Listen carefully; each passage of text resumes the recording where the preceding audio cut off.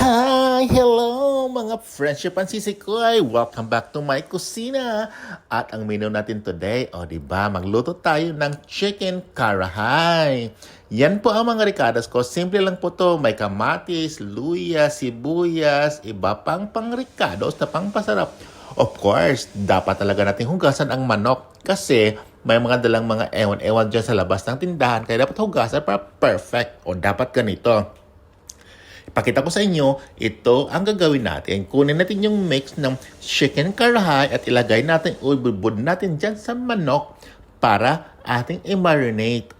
Dyan ang sekreto. I-marinate mo na ang manok, masamasahin. Ay, anong masamasahin? Himas-himasin, ganon. I-marinate mo yan ng mga 30 to 1 hour kung gusto mo. Para talagang maniniksik yung sarap nung marinate natin. After nun, of course, while waiting, dapat din tayo maghugas para maintain ang kalinisan sa kusina. Kasi ang sarap naman kasi magluto sa kusina na malinis. Diba? Ikaw, gusto mo ba yung kusina na ang daming kalat? Ang daming ganito, ewan? Ang sakit kaya sa mata tingnan. Dapat talaga maglinis muna tayo pag wala na tayong ginagawa dito sa kusina. Ayan na nga, simulan na natin yung pagluluto. Ilagay na yung kaldero. Lagyan yung oil pag mainit na ang kaldero. After nun, of course, ano bang isunod? Isunod na natin ilagay ang chicken na minarinate natin doon kanina pa. Dandahan, baka tayo ay matalsikan. Sarap pa naman matalsikan. Pero pag ang oil ang tatalsik sa iyo, ewan ko na lang at ikaw ay mapatakbo at mapasabing, aray, naku. Diba? After nun, of course, mekos-mekos din natin yung mga nokma para mag-even yung pagluto kunuhay. Ay, hindi naman talaga. Ganun talaga yung paggawa nun. Actually, after nun, ilagay o isunod na natin itong mga ricados natin. Of course, ang sibuyas. Diba? Mas maraming sibuyas, mas masarap. At ang luya. Ang luya, alam nyo pa, is pampangwala din yan ng lansya ng manok. Pero paghiwa ng luya is dapat yung maninipis lang para manguya mo din pagkakain mo mamaya. Sarap nun. Diba? Ang nagturo kasi sa akin nito ay wala. Ako lang talaga.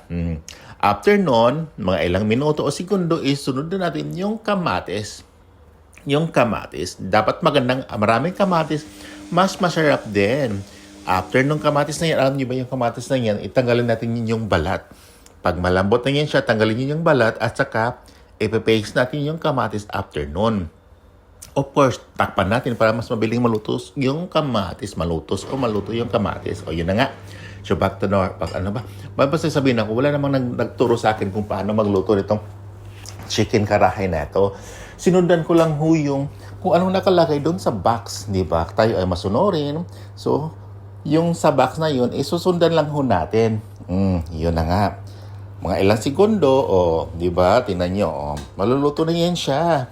At yung sinasabi ko kanina, isatanggalin mo yung balat ng kamatis. Masarap po ito siya sa ibang lahi ko ito pagkain na to. Hindi ito siya kabayan na pagkain. So, yun, medyo may iba siyang pang-amoy, pero yung lasa naman is masarap. Kaya nagustuhan ko ito siya. Ang nagluto nito is yung kapatid ko dati, di ba?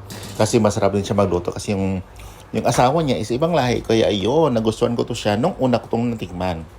Masarap to siya pag medyo anghang-anghang. Pero pag ayaw mo ng manghang, wag na. Baka magka-problema pa kayo. Yun na nga. Malapit na ito maluto. Tingnan nyo, kumukulo na po siya. Di ba? Ang sinyalis na po ito, pag maluto na po ito, is yung lumalabas na po yung sarili niyang oil. Di ba? Pag yung nilabas na ng oil, yan na yung sinyalis na talagang malapit na siya maluto. Di ba? Napasayaw-sayawan muna natin para yun yung sikreto kung bakit madali siyang maluto. Kasi sinasayaw-sayawan ko. Kita nyo yan? Lumabas na siya. So meaning, ihanda nyo na yung rice niya dyan na pang malakasan. Diba? Sabi ko sa inyo, kaya yun, kumuha na nga ako kasi nga, that time is gutom na po ang person para makakain na po ang person. Siya. Thank you so much. Bye!